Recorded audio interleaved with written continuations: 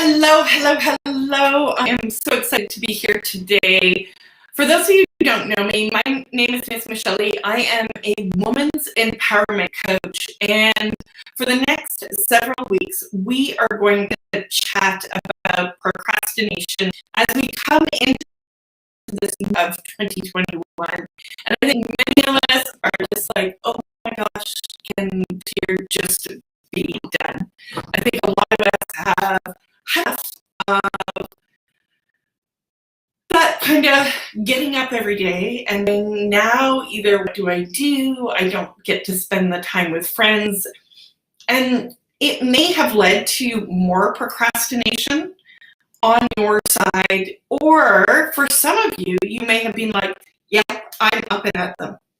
But when we don't have deadlines, we don't have things kind of pushing us sometimes, we can sometimes get lost in day-to-day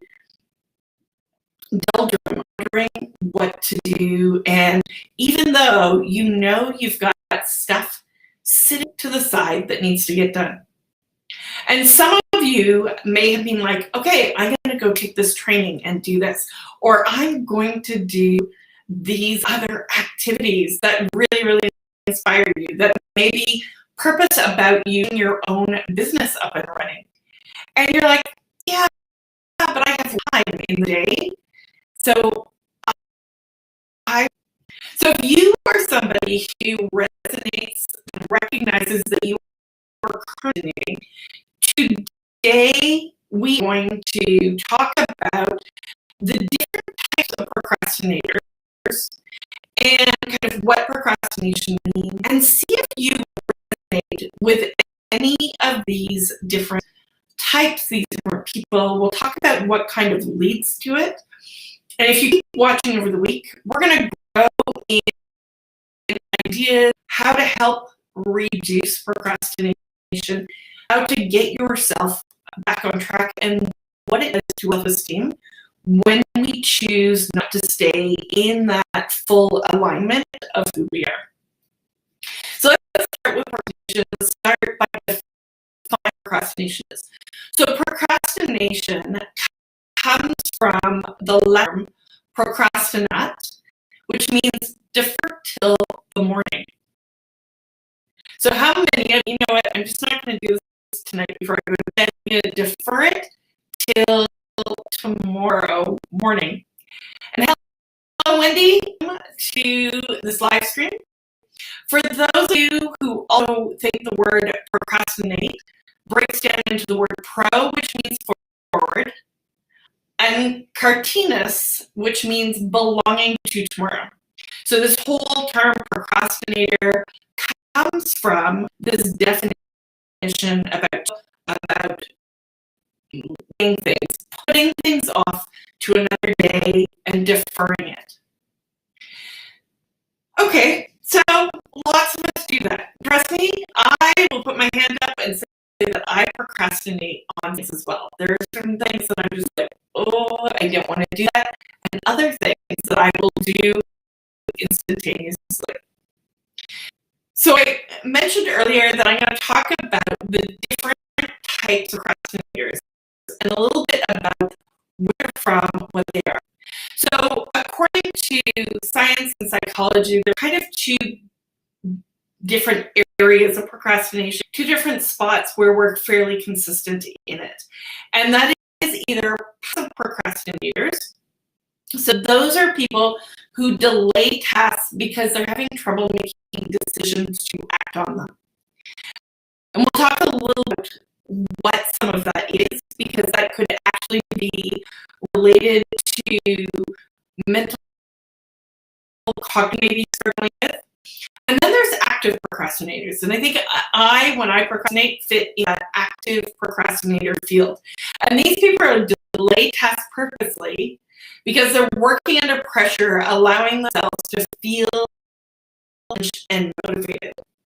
So if you are one of these people, like sometimes me, I'm like, yeah, I'm just going to push it a little bit, delay until that last moment, and then I'll have tons of energy and do really, really well.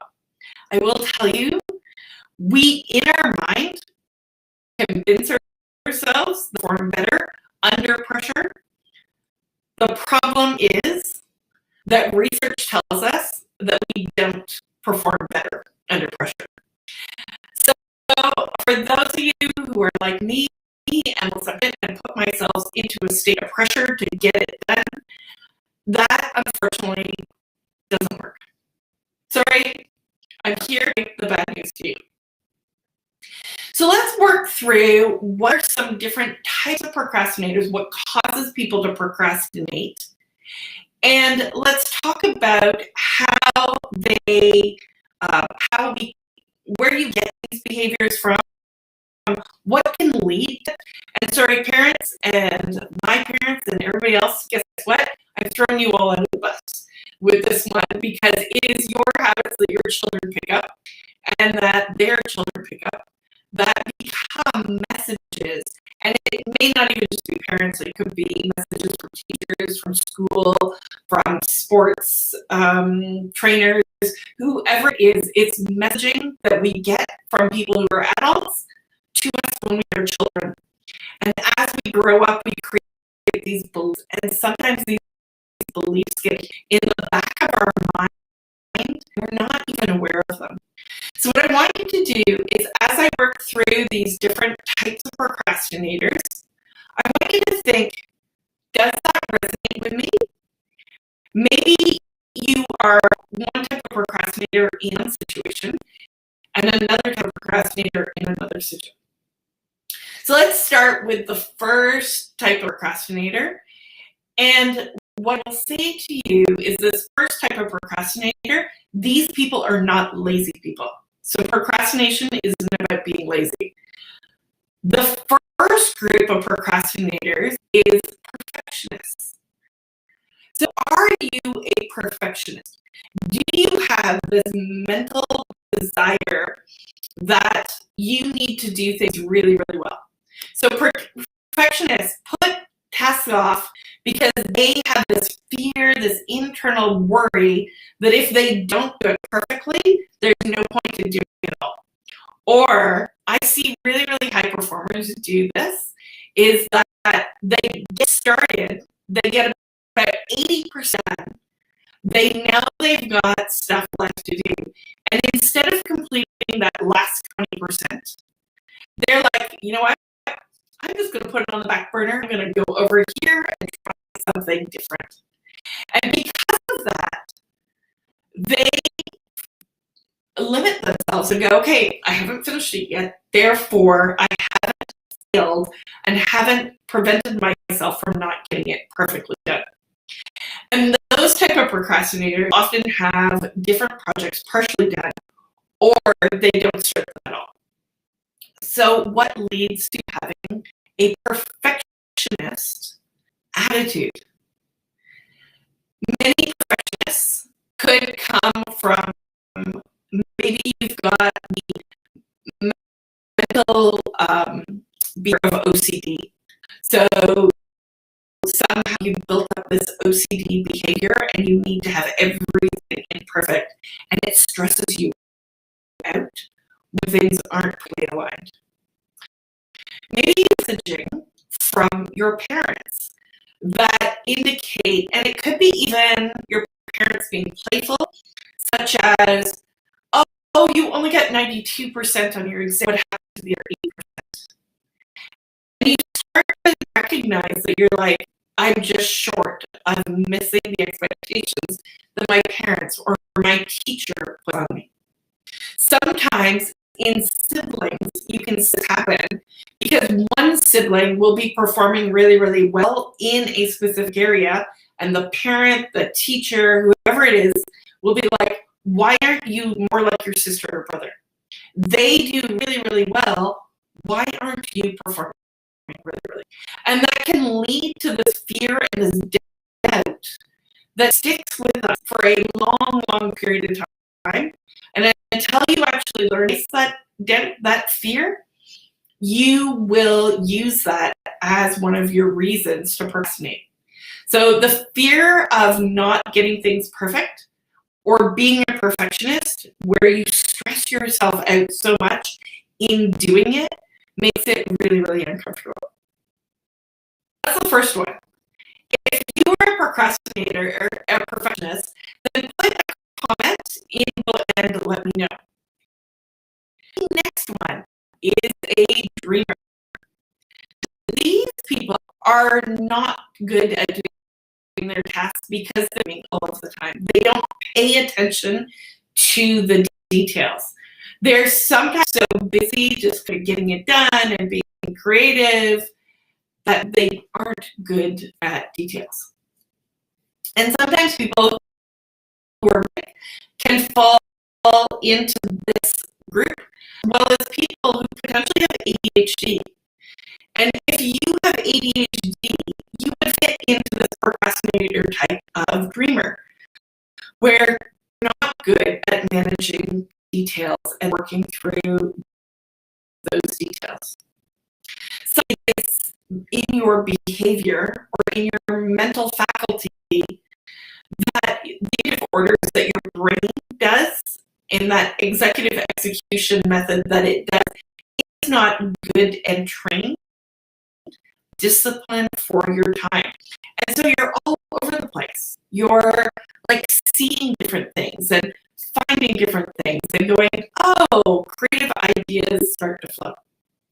So if you are a dreamer, does that sound like you? Does it sound like someone who just gets off and just relaxes daydreaming? The next person is a defer. So these people, and I may have a little bit of this in me, are someone who don't like others to dictate their schedule. So they are people whose parents may have been, say, strict in military order. You must do this at this time, this at this time.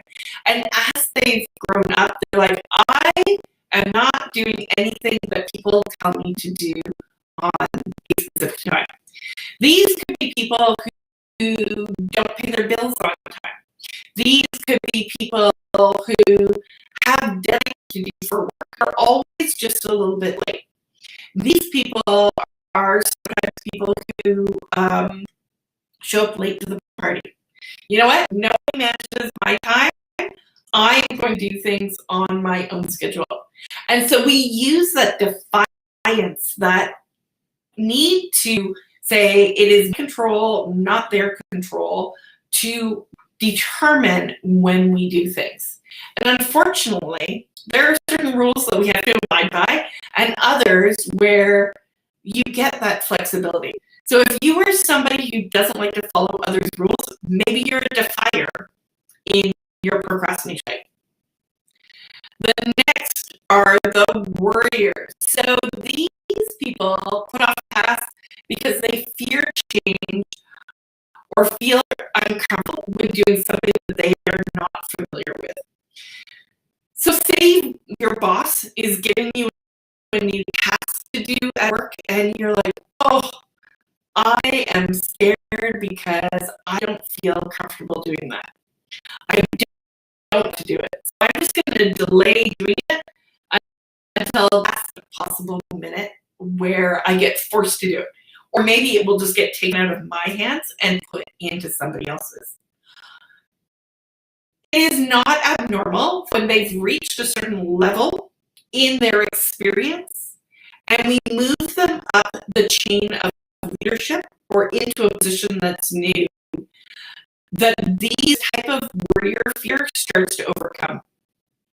And if you don't have good coping skills, if you have not learned that it's acceptable to try something and fail until you get yourself good at it, we can get into these worry states. And it's interesting because sometimes we have a fear of failure and other times fear of success.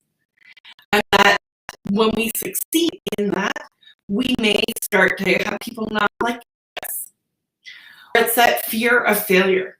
So now that I've moved up into a senior leadership role, I can't show the team below me, who now are to report to me, who now to give advice to, that I am not confident in my abilities.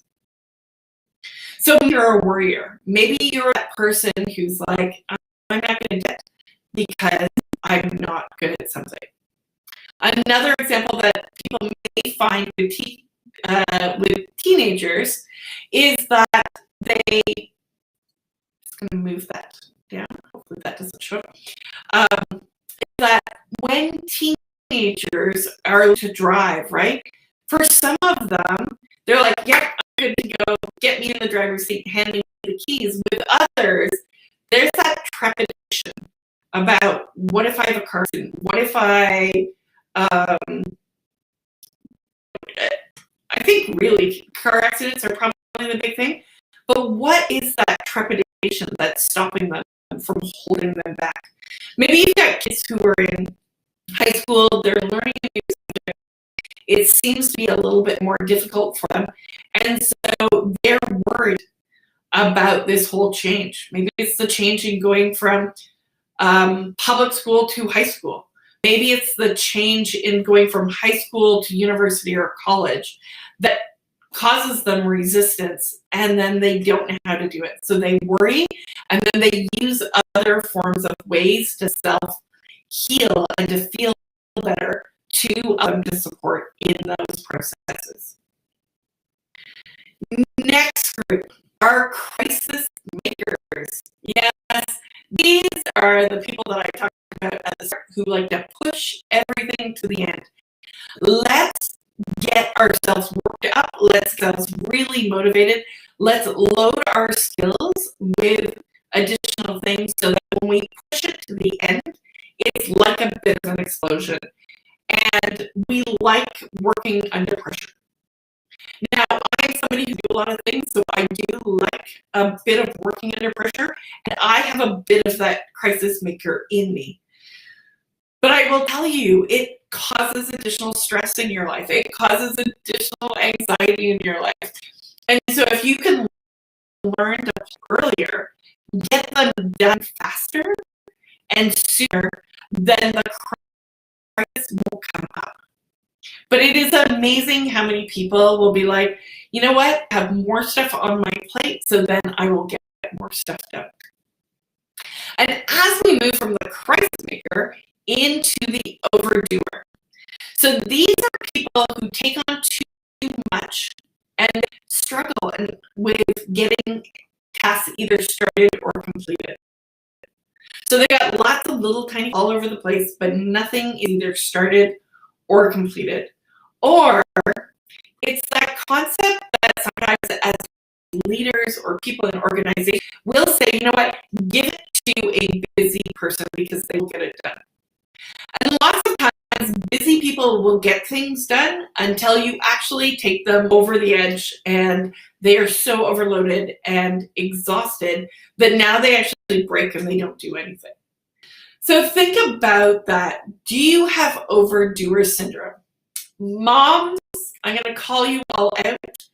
Often women will suffer from a lot of overdoer syndrome because they are givers. They are huge givers in life.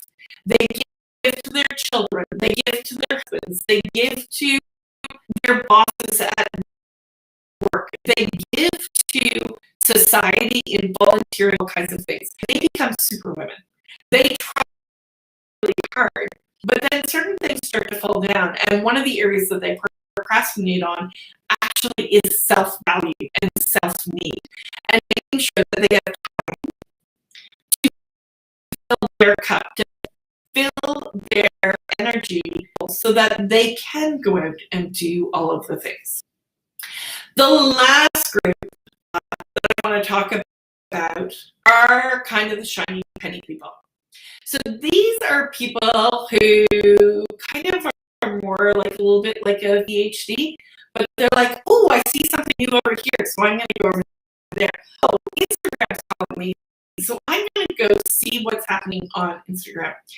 Oh, there's a brand new project over on this side, and I want to go do it. Shiny penny people are always looking for the new thing, who's looking for the new thing to do, to be energized in. As somebody who is a project manager and has run a lot of projects, especially during firms, one of the things that tends to happen is we're really, really excited at the start. We're really, really good at getting into the process of doing it. But then when it comes to doing all that paperwork, it's just like, oh, I'm just exhausted. And the project over there, I really want to hop on that new project and go down that path. So think about it. Are you the shiny penny person?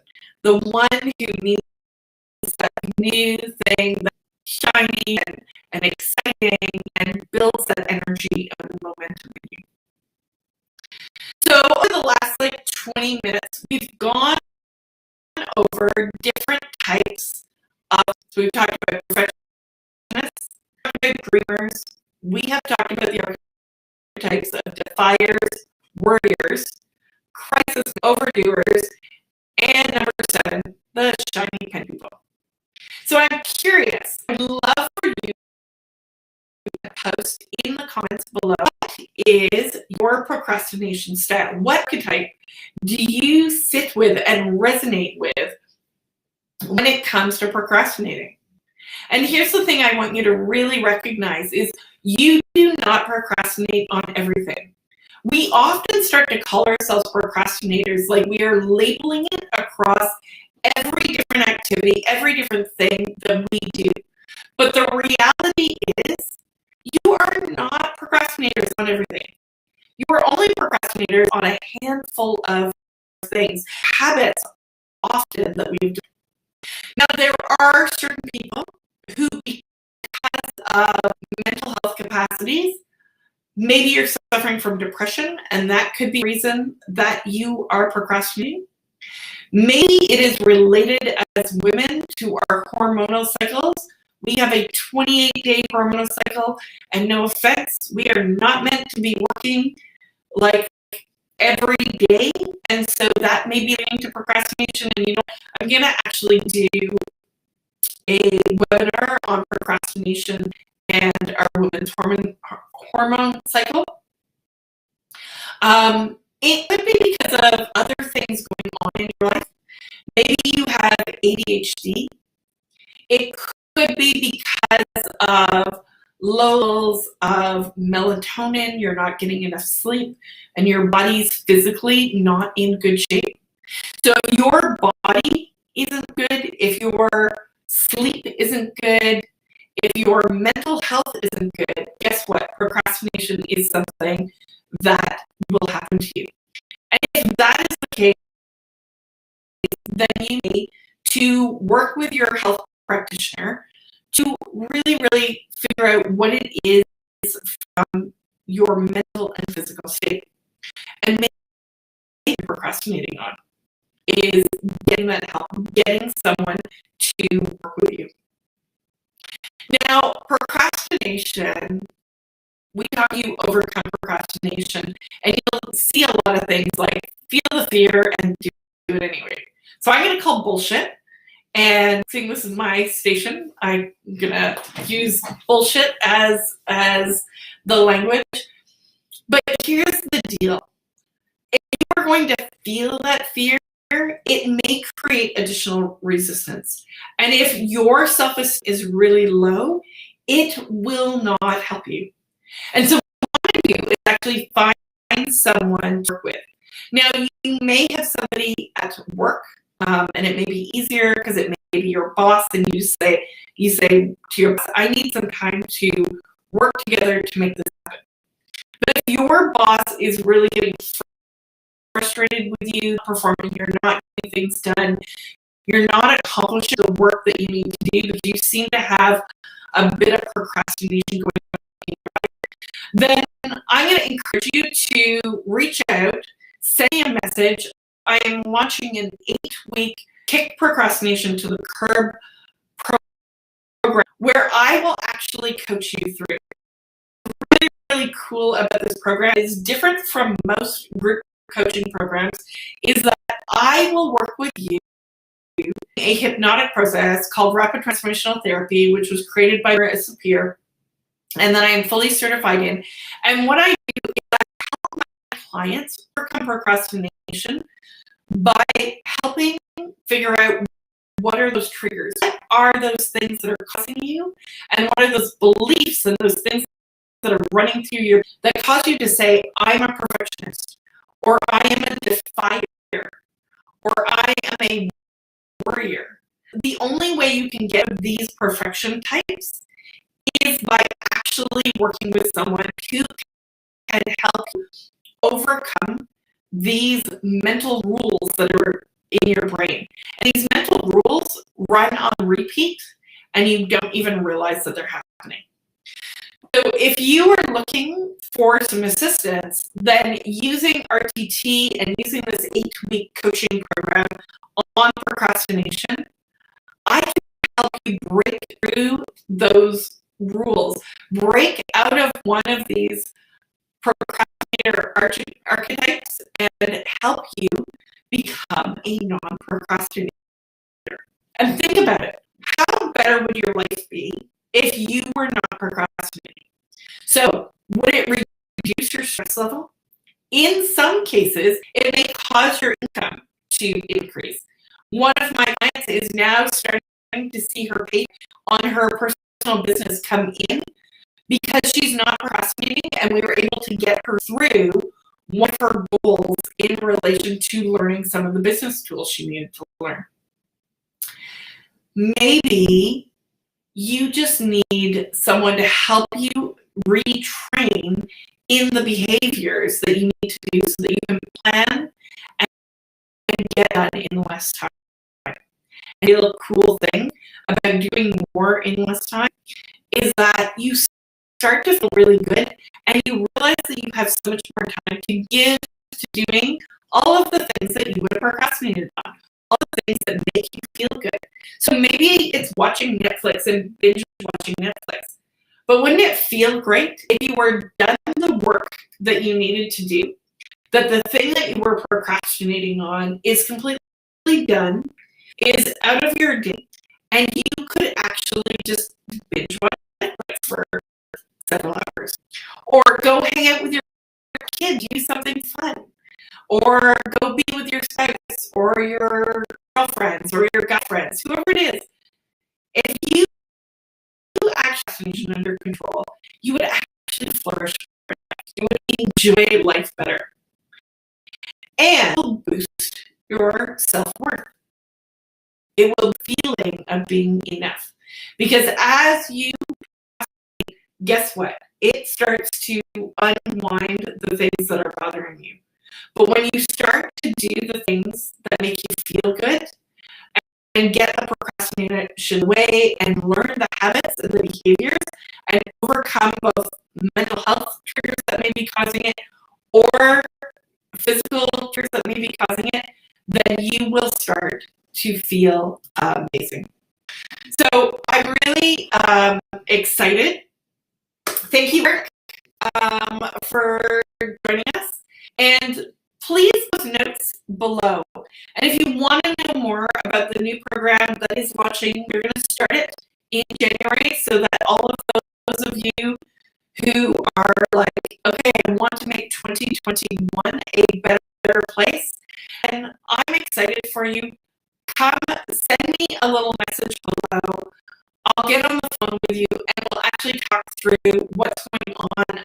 I'll give you a little bit of a free check-in on procrastination and some free tips. And if you're interested in joining the 8-week group, I am so excited to have you. So thanks for being here. Thanks for joining me. I will be doing more live streams as this week goes on around procrastination, around tips and rules and things to help you out. And I'm excited to have you all here. Cheers.